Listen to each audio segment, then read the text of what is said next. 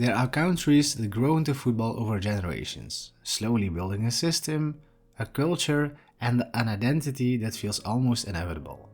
And then there are countries like Curaçao, where none of that was ever guaranteed.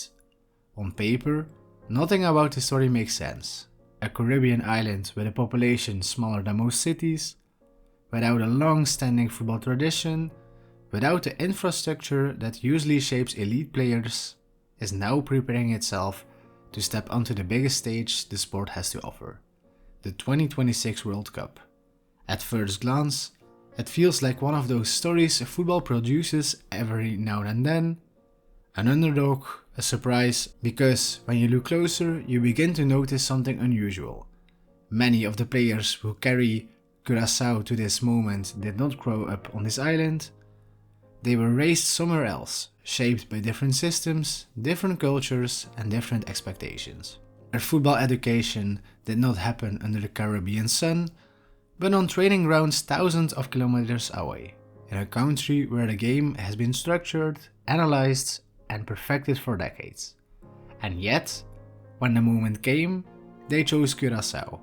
Not because it was the obvious path, not because it was the easiest one, but because somewhere between where they were raised and where the families came from, there was a connection that could not be ignored.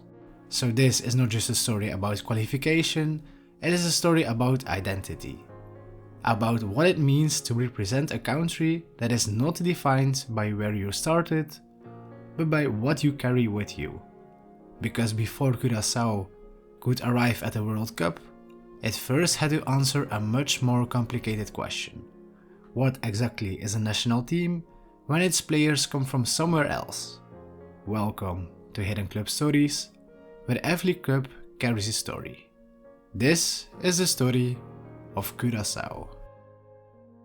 This video is sponsored by Hidden Shirt Club. They sell premium football shirt mystery boxes with real stories. If you wanna discover your own story, you can use code TRIFINIO10 at checkout. To understand Curaçao's rise, you have to understand the reality of the island itself. For decades, Curaçao has been shaped by movement. Not just movement within its borders, but movement away from them. Opportunities were limited, especially for young people who dreamed of building a future in sport, and so many families made a decision over and over again. They left. The Netherlands became more than a destination, it became an extension of life on the island. Children who were born with roots in Curaçao grew up in Dutch cities, went through Dutch schools, and eventually entered Dutch football systems that were far more developed than anything available back home. This is where their football truly began, on structured pitches, inside academies where every detail was measured, coached and refined.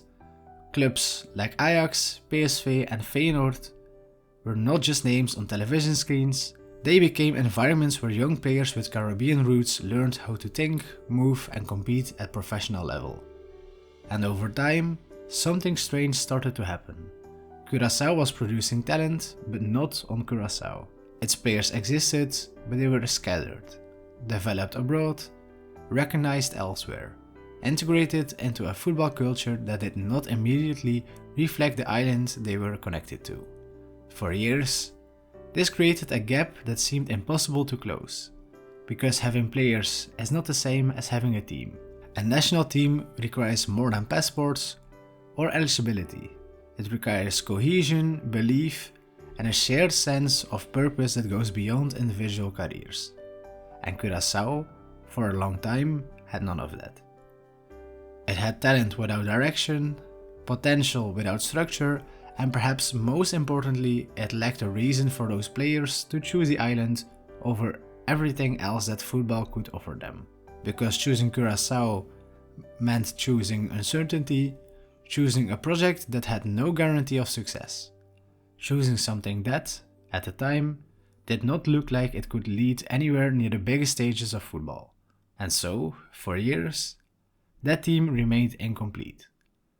Not because the players didn't exist, but because the story that could bring them together had not yet been written. By the time Dick Advocaat arrived at Curaçao, there was very little left in football that he had not already experienced. He had coached at the highest level, managed in different countries, worked with some of the best players in the world, and stood on stages that most managers only ever dream of reaching. At that point in his career, he did not need another project. He did not need to prove anything, and yet, Curaçao offered something that most of football no longer could. It offered something unfinished. Because what Advocaat saw was not a small nation trying to compete against larger ones, he saw a group of players who had already existed but had never truly been together. Players who had grown up in the Netherlands, developed in professional systems, understood the modern game, but had never been part of something that felt like theirs. And that distinction mattered, because talent on its own does not create a team, structure does not create belief, and belief, more than anything else, was what Curaçao had been missing. Advocaat did not arrive with a revolution, he arrived with clarity. From the beginning, he understood that this was not about building something from scratch, it was about connecting pieces that had separated for too long. Training sessions became more than preparation, they became moments where players who had lived different football lives began to recognize each other not just as individuals, but as part of something collective. There was no need to teach them how to play, they already knew that. What they needed was a reason to stay, a reason to choose Curaçao, not once, but repeatedly. And slowly, that reason started to take shape. It appeared in small moments at first, in the way players spoke about the team, in the way they carried themselves on the pitch, in the way results, little by little, began to reflect something more stable. For the first time, Curaçao was not just assembling players, it was forming an identity. And with that identity came something that had been missing for years: expectation. Not from the outside world, which still barely noticed, but from within. Because once a group begins to believe itself, the idea of something bigger no longer feels impossible. Once belief takes hold inside the team, the game begins to change. Matches are no longer just fixtures on a calendar, they become moments that carry weight, meaning and consequence. For Curaçao, qualification for the World Cup has never supposed to be part of that conversation. Not because the players lacked quality, but because history had never allowed it. Small nations are expected to compete, they are not expected to arrive. And yet, game after game, Curaçao refused to follow that script.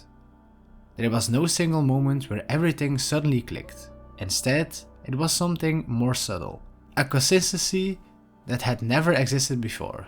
A resilience that did not disappear under pressure. They did not dominate, they endured. Each result pushed them slightly closer to something that for a long time had felt out of reach.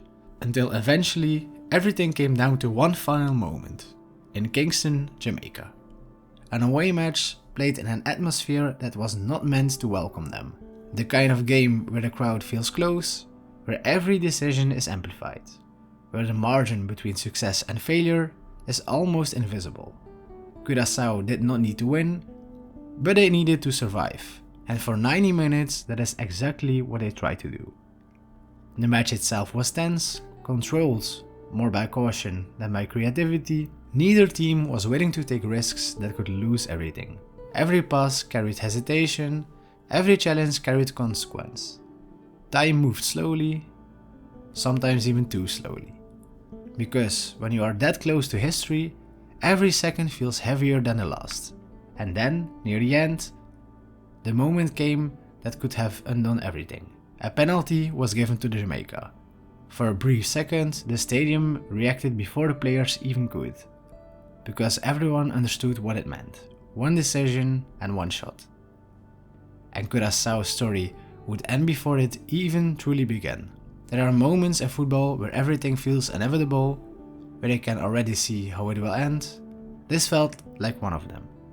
But football sometimes resists its own logic. The decision was reviewed, time stretched in a way that only football can create, players stood still and the supporters were holding their breath. And then it changed. The penalty was overturned. Not delayed, not softened, just removed. And just like that, moments shifted from despair to possibility. The final minutes passed without resolution, but when the final whistle eventually came, it didn't feel like the end of the match. It felt like the release of something that had been building for years. At first, there was no explosion or emotion, only disbelief. Because Curaçao had done it. Not with dominance, not with spectacle, but with persistence. For the first time in their history, Curaçao had qualified for the World Cup. For Dick Advocaat, this should have been the perfect ending. After decades in football, after countless matches, countries and careers shaped along the way, this was the kind of moment that felt almost written in advance. A small nation, an impossible qualification, a final tournament waiting on the horizon. At 78 years old, he was on the verge of becoming the oldest manager in the World Cup history. Not the biggest achievement of his career, not the most prestigious, but perhaps the most meaningful. Because this was different. This was not about managing stars or competing at the top of the game. This was about building something fragile and real, and guiding it all the way to a place no one believed it could reach. And for a brief moment, it seemed like everything had aligned. The team had qualified, the path was clear, the story was complete. But football has never been able to control what happens outside of it. Shortly after qualification, everything changed. Not on the pitch, not in training, but in life. Advocaat made a decision that had nothing to do with tactics, results, or ambition. He chose to step away. Not because the job was finished, not because he no longer believed in the team, but because his family needed him. His daughter was seriously ill, and in that moment the choice became simple. Football, for all its importance, could not come first. There was no press conference that could capture what it meant, no statement that could fully explain it. Only a quiet understanding that the man who helped to bring Curaçao to the World Cup would not be there to see it. For the players, there was more than just the loss of a coach, it was the absence of a person who had brought them together. The one who had seen a team where others only had seen individuals, and yet, in a strange way, his departure said everything about what this team had become. Because the values he brought, clarity, belief, connection, were no longer dependent on his presence. They had already taken root. Curaçao would go to the World Cup without him, but not without what he had been building. By the time Curaçao qualified for the World Cup, the question was no longer how they had done it. The results were there, the moment had happened. What remained was something less visible, but far more complex. Because Curaçao is not a national team in the traditional sense, it does not grow entirely within its own borders. It does not follow a clear, linear path from youth football to the international stage. Instead, it exists in between. Between places, between cultures, between definitions. Many of its players were not shaped by the island itself, but by a country thousands of kilometers away. They learned the game in Dutch academies, they grew up speaking different languages, they lived lives that, on the surface, seemed far removed from Curaçao. And yet, when they came together, none of that feels like a contradiction. Because identity is rarely as simple as geography. It's not only about where you were born, but about what you carry with you.